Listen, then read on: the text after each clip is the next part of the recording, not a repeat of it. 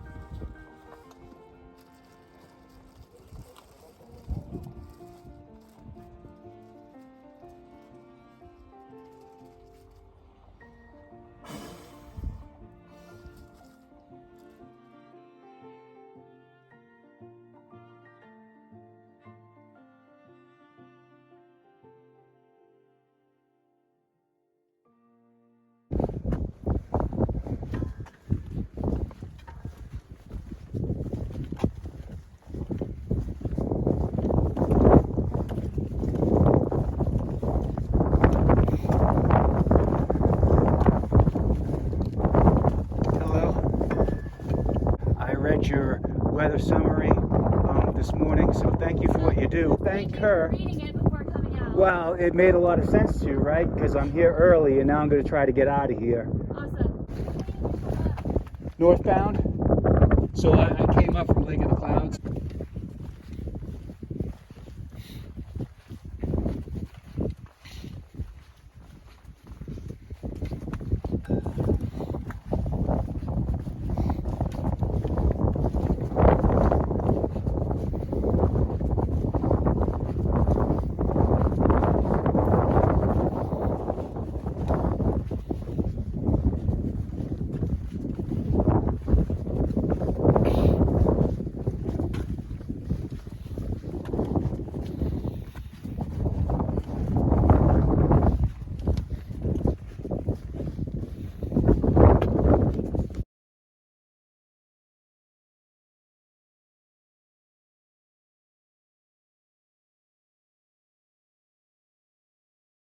eat, sleep, and drink the trail.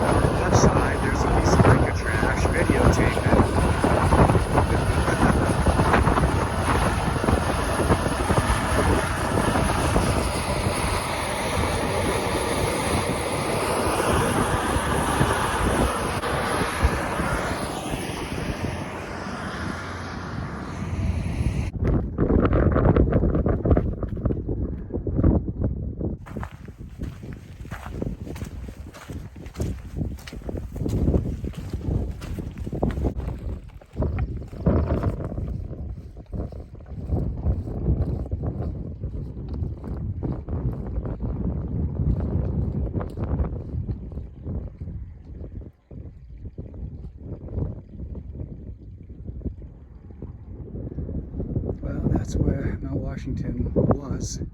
This is the clouds, the cold front or the warm front, whichever front it was, coming from North Carolina, that is clashing with the opposite front that's over here. And there's plenty of moisture in the air. So for all I care, it can just go east. And I don't know where I'm going. I'm going over here. But it is chasing me, moving faster than I can, just like that. That's Raleigh. And I just have a couple ideas. I think it's going to take me, people are driving up to Mount Washington. I think it's going to take me till 9:30 if I'm traveling 1 mile per hour to get to Pinkham Notch. And I don't even know if I can stay there. So I may have to bail out on the cabins, which will be a very short day. But it'll be a win because I got up over Mount Washington while it was still clear. And be able to, oh, see, now it's already better. So hopefully those clouds just get blown out over there, because today's been an excellent day. Look at that. What a difference a minute makes up here. It's Jumanji up here. This is a perfect example of how I'm always thinking the trail is just the ongoing reminder. You only need to see the next step. Now it does look like there are some faint footsteps going across, but I assume once I get over that, I'm going to see the trail. Everything is telling me I'm on the trail. I'm looking far out, and the line kind of goes there. In 0.0, there's a junction, 6 husbands trail, and it makes me think the first 5 husbands ended up down there.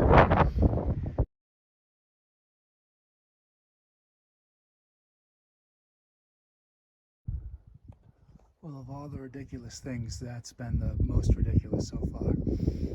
Probably not, but since it's in the moment, if you could see that yellow stone right in the middle, I couldn't see that on the other side, so this isn't even quite halfway. It took a long time. You want to run, but that's a bad idea. You're just looking for what looks like a flatter or more level spot to kind of walk so you're not leaning too much to the left in the direction I was going. At one point, there was a good amount of snow going down the mountain, and I wouldn't want to slide that far.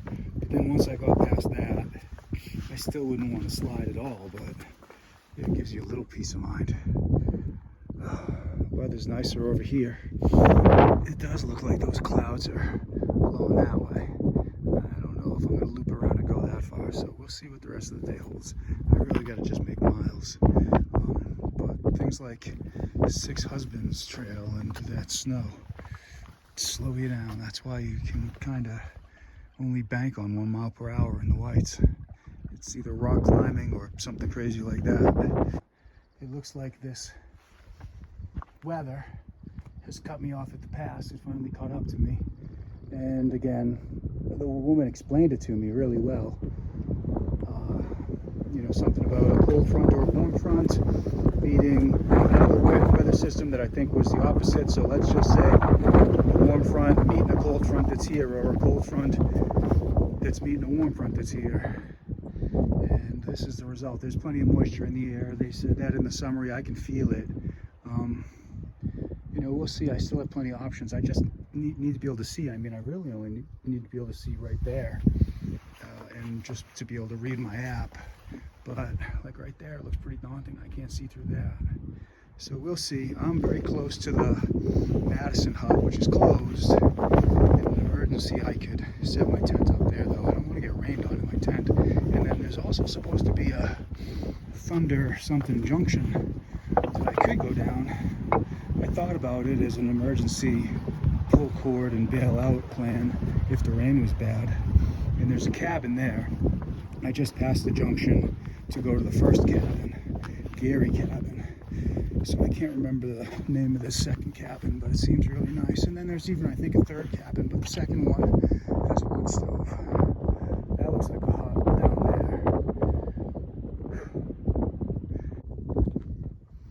I literally turned the corner and it was fine. There's more of it, but we'll see. It seems like it's just blown over the mountains, so keep my fingers crossed that it's more of the same.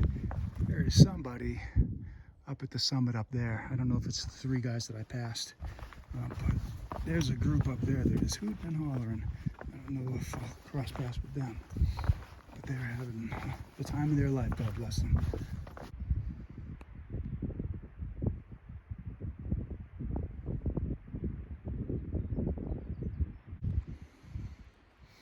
Well, goodbye Mount Madison and the Alpine zone.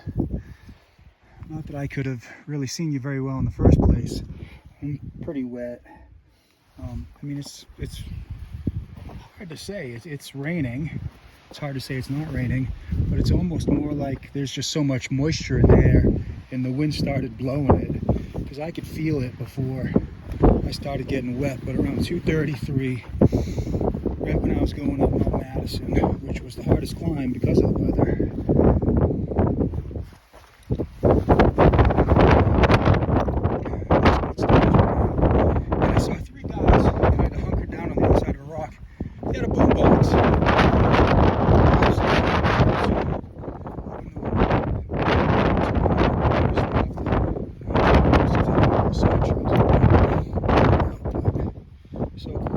told me, no knock on him, but one of them told me it's not going to start raining until 6, and it immediately started raining, or sheets of wet wind like this as soon as I walked away from him.